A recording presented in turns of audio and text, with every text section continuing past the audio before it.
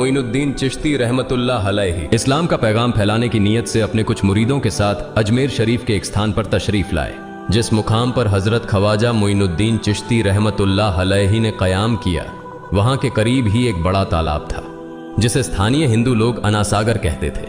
उस दौर में इस तालाब की वुसात और पवित्रता के कारण हिंदू समाज में इसका बहुत एहतराम किया जाता था। उनका यह अकीदा था कि जो शख्स दिन भर गुनाह करने के बाद इस तालाब में गौस्ल करता है, उसके तमाम गुनाह धुल जाते हैं। इसी वजह से वे इस तालाब को हमेशा दियों से सजाए रखते थे। कहा जाता है कि इस तालाब में हर रात दिए जलाने के लिए तकरीबन 3 मन तेल की जरूरत होती थी। तालाब की पवित्रता के कारण वहां सभी हिंदुओं को दाखिल होने की इजाजत नहीं थी। सिर्फ आला तबके के ब्राह्मण ही वहां गौस्ल कर सकते थे और तालाब के पानी को छू सकते थे। उनका यह मानना था कि अगर ब्राह्मणों के अलावा कोई और तालाब के पानी को छू ले तो पानी नापाक हो जाएगा। हजरत ख्वाजा मोइनुद्दीन चिश्ती रहमतुल्लाह अलैहि और उनके मुरीद लंबे सफर से थके हुए थे। कुछ देर आराम फरमाने के बाद जब नमाज का वक्त हुआ तो ख्वाजा मोइनुद्दीन चिश्ती रहमतुल्लाह अलैहि ने हजरत बख्तियार काकी रहमतुल्लाह अलैहि को अजान देने का हुक्म दिया। हुक्म पाकर हजरत बख्तियार काकी रहमतुल्लाह अलैहि ने अजान देना शुरू किया। उस वक्त हिंदुस्तान में तौहीद का पैगाम और अजान के अल्फाज किसी ने नहीं सुने थे। जब लोगों ने पहली बार अजान के अल्फाज सुने तो उनके दरमियान हलचल मच गई। लोग अपने घरों से बाहर आकर एक दूसरे से कहने लगे, ये फकीर लोग कहां से आ गए और ये क्या पढ़ रहे हैं। अजान खत्म होने के बाद हजरत ख्वाजा मोइनुद्दीन चिश्ती रहमतुल्लाह अलैहि और उनके साथियों ने अनासागर तालाब पर जाकर वुजू करना शुरू किया। जब हिंदू पुजारियों ने देखा कि एक अजनबी दरवेश उनके मखसूस तालाब का इस्तेमाल कर रहा है तो उनके दिल में गुस्से की आग भड़क उठी। एक पुजारी बोला, यह दरवेश कहां से आ गया? बिना हमारी इजाजत के इसने हमारे पाक तालाब को हाथ लगा दिया। हम इस तालाब को कितना मुकद्दस मानते हैं और इन मुसाफिरों ने इसे नापाक कर दिया है। इसका कोई हल निकालना ही होगा। इसके बाद हजरत ख्वाजा मोइनुद्दीन चिश्ती रहमतुल्लाह अलैहि ने तमाम साथियों के साथ मिलकर जमात के साथ नमाज अदा की। लोग ये मंजर देखने लगे और कहने लगे, ये तो कोई अजीब फकीर है। हमारे मंदिरों में सब देवी देवता मौजूद हैं और ये उनकी इबादत न करके किसी नए खुदा की इबादत कर रहा है। अगर मंदिर के बाहर भी कोई खुदा है तो उसे भी मंदिर में रखा जाना चाहिए ताकि लोग उसकी भी पूजा कर सकें। शाम ढलने लगी। शाम होते ही राजा पृथ्वीराज के ऊंटों के चरवाहे अपने ऊंट लेकर उस जगह पहुंचे। इत्तेफाक से हजरत ख्वाजा मोइनुद्दीन चिश्ती रहमतुल्लाह अलैहि उसी जगह पर तशरीफ फरमा थे जहां आमतौर पर राजा के ऊंट आराम किया करते थे। चरवाहों ने देखा कि एक दरवेश का काफिला उनके मुकाम पर आकर बैठा है। उन्होंने हजरत ख्वाजा मोइनुद्दीन चिश्ती रहमतुल्लाह अलैहि और उनके साथियों से कहा, अरे फकीर बाबा, आप कहां से तशरीफ लाए हैं और यहां आकर बैठ गए? क्या आपको मालूम नहीं कि यहां रोजाना राजा पृथ्वीराज के ऊंट आराम फरमाते हैं? राजा के ऊंट यहां आराम करते हैं। ये जानते हुए भी आपने यहां बैठने की जुर्रत कैसे की? हजरत ख्वाजा मोइनुद्दीन चिश्ती रहमतुल्लाह अलैहि ने उन चरवाहों को नरमी से जवाब दिया, बाबा, हम मुसाफिर हैं और अनजान हैं। हमें मालूम नहीं था कि इस मुकाम पर राजा के ऊंट आराम करते हैं। चूंकि हम पहले ही यहां रात गुजारने का इरादा कर चुके हैं, तुम अपने ऊंटों को आज किसी और जगह आराम देने ले जाओ। आसपास बहुत सी जगहें हैं।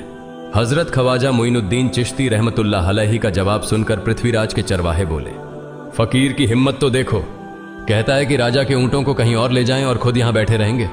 फकीर बाबा, यह तो हरगिज मुमकिन नहीं है। राजा के ऊंट अपने ही मुकाम पर बैठेंगे। यह कहकर चरवाहों ने हजरत ख्वाजा मोइनुद्दीन चिश्ती रहमतुल्लाह अलैहि और उनके साथियों को वहां से उठाने के लिए दुर्व्यवहार करना शुरू कर दिया। हजरत ख्वाजा मोइनुद्दीन चिश्ती रहमतुल्लाह अलैहि बहुत ही सरल स्वभाव के थे।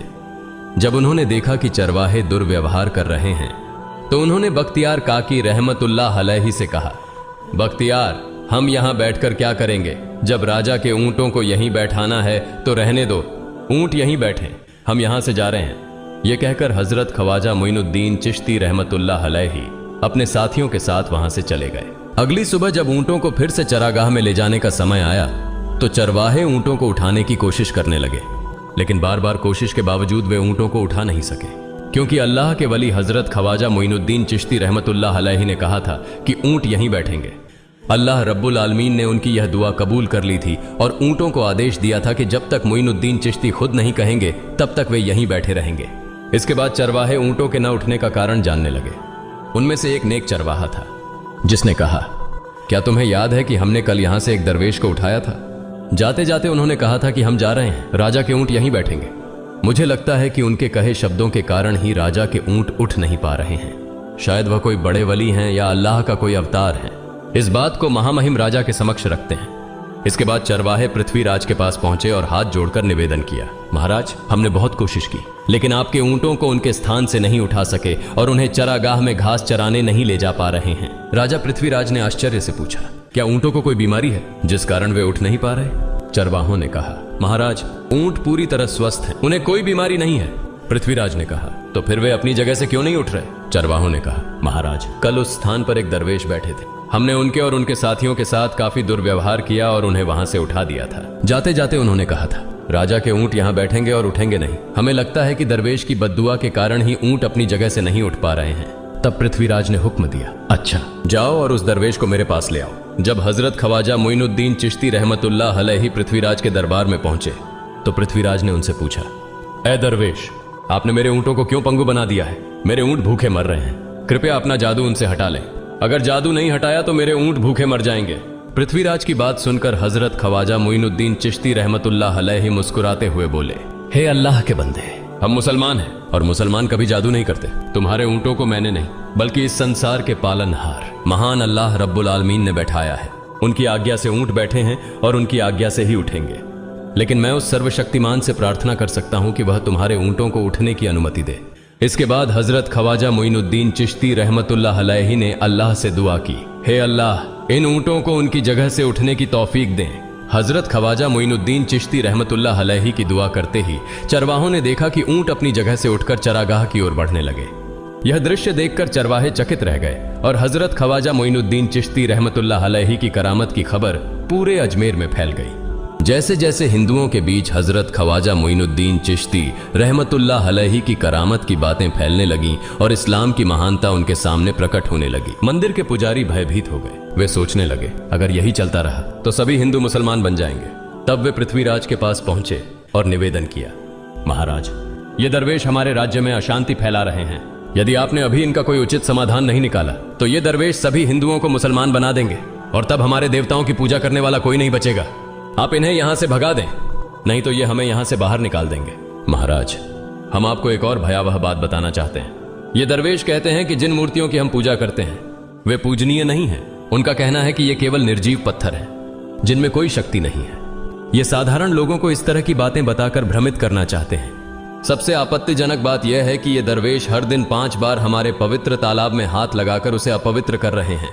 पुरोहितों की बात सुनकर पृथ्वीराज ने हजरत ख्वाजा मोइनुद्दीन चिश्ती रहमतुल्लाह अलैहि को बुलाया। जब हजरत ख्वाजा मोइनुद्दीन चिश्ती रहमतुल्लाह अलैहि उनके दरबार में पहुंचे तो पृथ्वीराज ने कहा, ए दरवेश, हम देख रहे हैं कि आप गोमाता का मांस खाते हैं और हमारे देवताओं का अपमान करते हैं। हमारे धर्म के बारे में तरह तरह की उल्टी सीधी बातें कर रहे हैं। हम यह सहन नहीं कर सकते।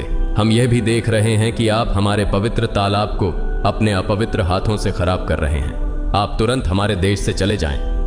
हजरत ख्वाजा मोइनुद्दीन चिश्ती रहमतुल्लाह अलैहि ने कहा, बाबा, हम लोग तो केवल वुजू करते हैं, नहाते नहीं। अगर पूरी देह के स्पर्श से आपके तालाब का पानी खराब नहीं होता है तो केवल हमारे हाथ और चेहरे के पानी से तालाब अपवित्र कैसे हो सकता है? यह सुनकर पृथ्वीराज ने कहा, वे सभी लोग हमारे धर्म के हैं, जबकि तुम लोग कहीं और से आ गए हो।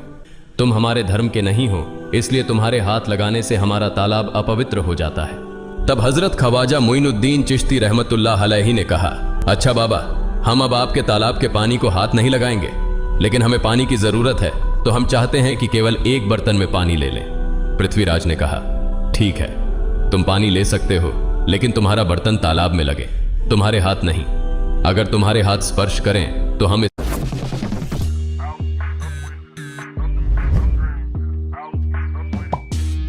के खिलाफ सख्त कार्रवाई करेंगे।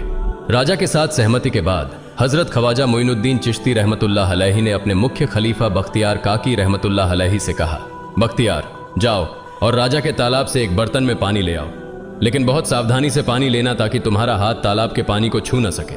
बख्तियार काकी रहमतुल्लाह अलैहि हजरत ख्वाजा मोइनुद्दीन चिश्ती रहमतुल्लाह अलैहि के आदेश का पालन करते हुए आना सागर से पानी लेने गए।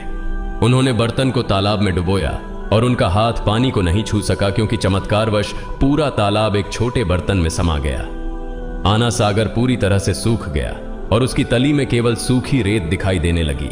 जब पुरोहितों ने देखा कि उनके पवित्र तालाब में एक भी बूंद पानी नहीं बची है और वह मरुस्थल की तरह सूख गया है तो वे घबराते हुए राजा पृथ्वीराज के पास गए और बोले, महाराज, यह तो भारी संकट हो गया है। पृथ्वीराज ने पूछा, क्या हुआ? पुरोहितों ने कहा, उस दरवेश ने हमारे पूरे तालाब का पानी ले लिया है। अब हमारे पवित्र तालाब में एक बूंद भी पानी नहीं है। अगर इस तालाब में पानी नहीं होगा तो हम अपने पापों का प्रायश्चित कैसे करेंगे?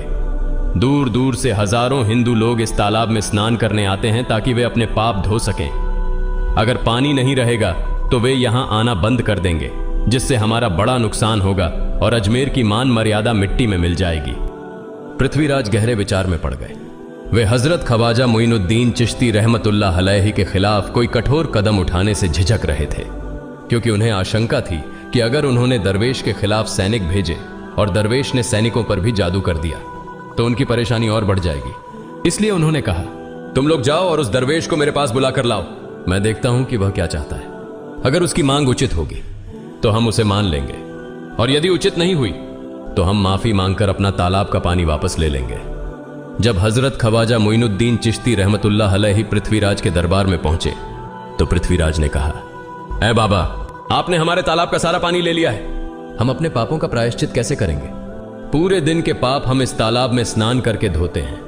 अगर तालाब में पानी नहीं होगा तो हम अपने पाप कैसे धोएंगे? हजरत ख्वाजा मोइनुद्दीन चिश्ती रहमतुल्लाह अलैहि ने उत्तर दिया, देखो बाबा, तुम्हारे पास आना सागर है, पर दुनिया के हर कोने में ऐसा तालाब नहीं है, तो क्या वे लोग अपने पाप कैसे धोएंगे? पापों को धोने की ताकत इस तालाब के पानी में नहीं है। पापों को माफ करने वाला केवल अल्लाह है, जिसने आकाश, धरती और पूरी सृष्टि बनाई है। उसकी इजाजत के बिना एक पत्ता भी नहीं हिलता। इसलिए मैं तुम्हें इस भ्रम को छोड़कर सही राह पर आने की दावत देता हूं। वहां मौजूद हजारों हिंदू हजरत ख्वाजा मोइनुद्दीन चिश्ती रहमतुल्लाह अलैहि की बातें मंत्रमुग्ध होकर सुन रहे थे। इसके बाद उन्होंने कहा, जाओ बख्तियार, जिस बर्तन में तुमने तालाब का पानी लिया था उसे वापस तालाब में डालाओ। बख्तियार काकी रहमतुल्लाह अलैहि हजरत ख्वाजा मोइनुद्दीन चिश्ती रहमतुल्लाह अलैहि के हुक्म से आना सागर में बर्तन का पानी डालने गए। जैसे ही बर्तन का पानी तालाब में डाला, आना सागर फिर से पानी से लबालब भर गया। इस चमत्कार को देखकर वहां मौजूद कई हिंदुओं ने कलमा पढ़कर इस्लाम कबूल कर लिया। यह देखकर हिंदू पुरोहितों और पंडितों की चिंता बढ़ गई। वे पृथ्वीराज के पास गए और बोले, महाराज, यदि अब कोई उपाय नहीं किया गया तो सारे हिंदू मुसलमान हो जाएंगे। पृथ्वीराज ने कहा, मुझे सलाह दो, इस दरवेश का मुकाबला कैसे किया जा सकता है? पुरोहितों ने कहा, यह दरवेश एक बड़ा जादूगर है, इसलिए इसका मुकाबला भी जादू से करना होगा। हमारे बीच एक बड़े पुरोहित और जादूगर रामदेव हैं, उन्हें इसके मुकाबले में भेजें। अगर वह जादू से इसे हरा सके तो हम अपने हिंदू धर्म का गौरव फिर से प्राप्त कर सकेंगे। पृथ्वीराज ने रामदेव को बुलाकर कहा, रामदेव, मैं तुम्हें इस दरवेश को जादू से हराने की जिम्मेदारी दे रहा हूं। अगर तुम उसे हरा सके तो हम अपने धर्म का गौरव फिर से पा सकेंगे। रामदेव ने पृथ्वीराज को आश्वस्त करते हुए कहा, महाराज, आप चिंता न करें, इस दरवेश को हराना मेरे लिए बहुत आसान है। मैं आपके समक्ष हमारे धर्म का गौरव वापस लाकर रहूंगा।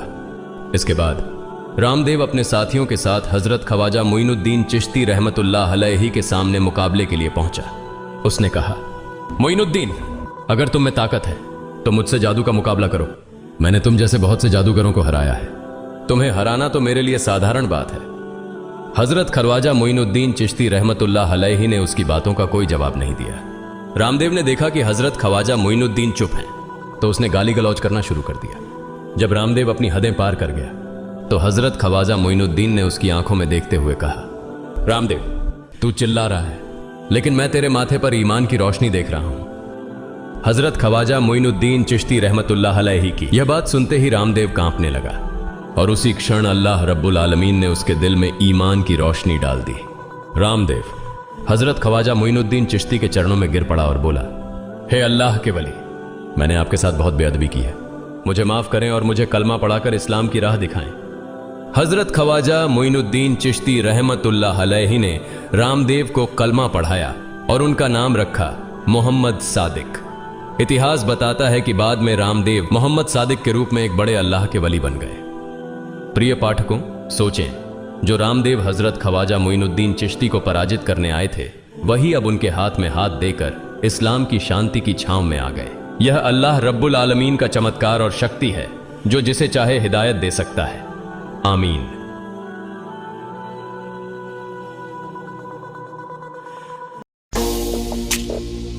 Myntra, fashion shopping app.